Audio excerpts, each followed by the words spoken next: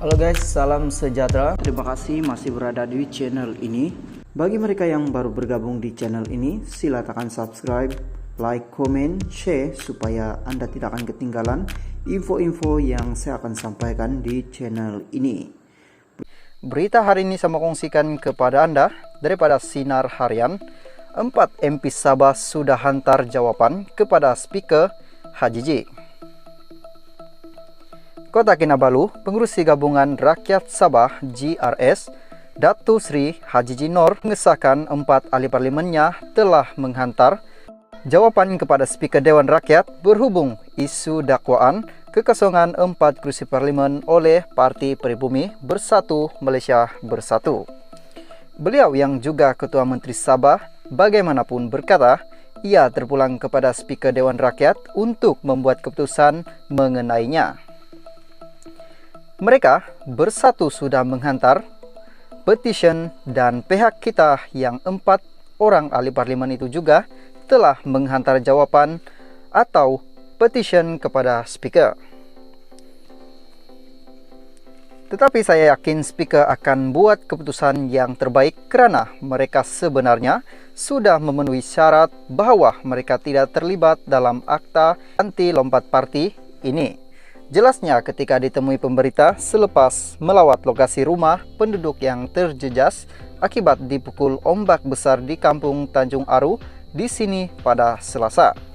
Beliau berkata demikian ketika ditanya perkembangan mengenai tindakan Bersatu yang menghantar notis berkaitan kekosongan 4 kursi parlimen baru ini.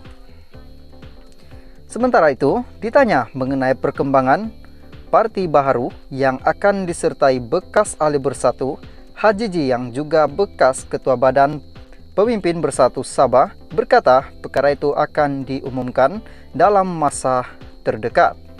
Kamu tunggu saja, dalam masa terdekat ini kita akan umumkan nanti, katanya.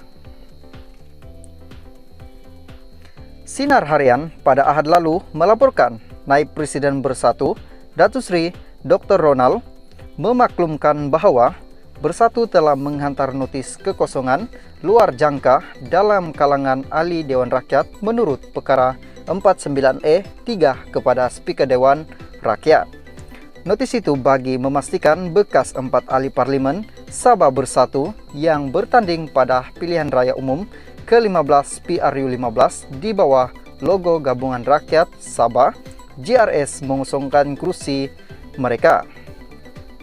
Halo guys, salam sejahtera. Terima kasih masih berada di channel ini. Bagi mereka yang baru bergabung di channel ini, silakan subscribe, like, comment, share supaya Anda tidak akan ketinggalan info-info yang saya akan sampaikan di channel ini. Berita hari ini saya kongsikan kepada Anda daripada Berita Harian. Sahkan dulu dakwaan 4 ahli parlimen Sabah peguam.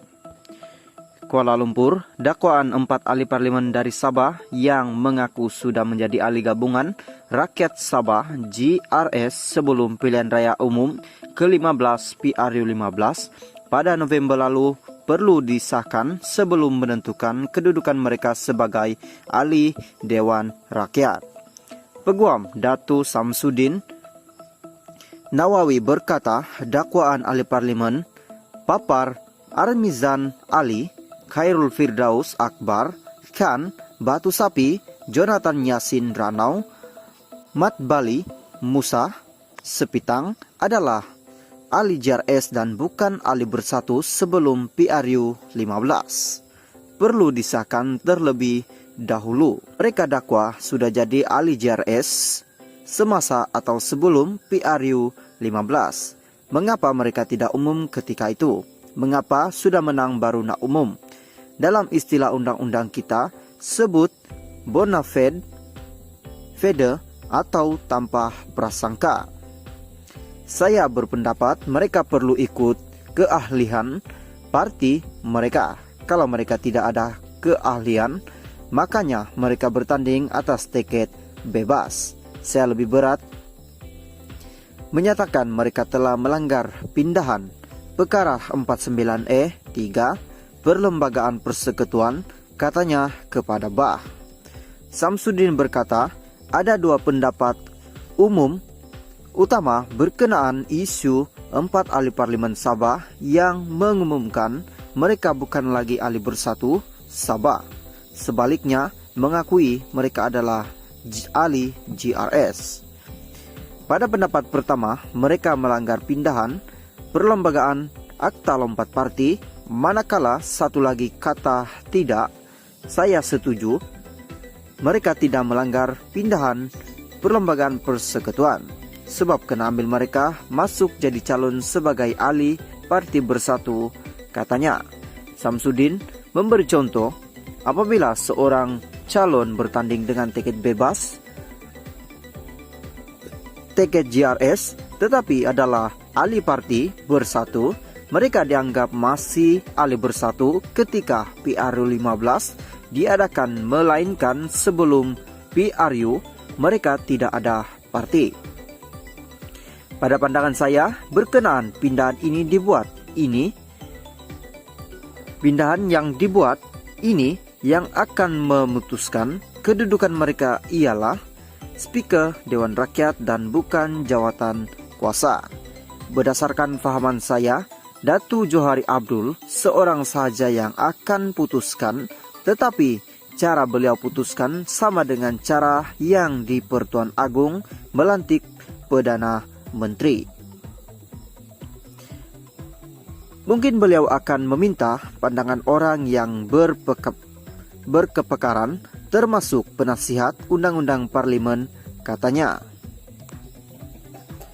Sementara itu, Samsudin berkata, ada juga pendapat menyatakan mereka 4 ahli parlimen Sabah hendak merujuk kepada apa yang diputuskan oleh jawatan kuasa pindaan itu, yaitu sebuah jawatan kuasa yang wujud sebelum pindaan dibawa ke parlimen. Apa yang diputuskan jawatan kuasa itu bukan undang-undang, yang menjadi undang-undang hanya apa yang tertulis dalam pindaan sahaja. Perbincangan tidak digajetkan dengan undang-undang, itu hanya perbincangan, katanya. Justru itu, Samsudin berkata, perkara terbabit perlu dibawa ke mahkamah kerana ada perkara-perkara yang tidak jelas dalam pindaan perkara 49E3 Perlembagaan Persekutuan. Banyak sangat kelompang dalam perkara tersebut, biar mahkamah memutuskan jika mereka tidak berpuas hati dengan keputusan Speaker, katanya. Samsudin turut mempersoalkan cara pengumuman keluar parti itu dibuat oleh bekas pengurusi Bersatu Sabah, Datuk Sri Haji G. Noor.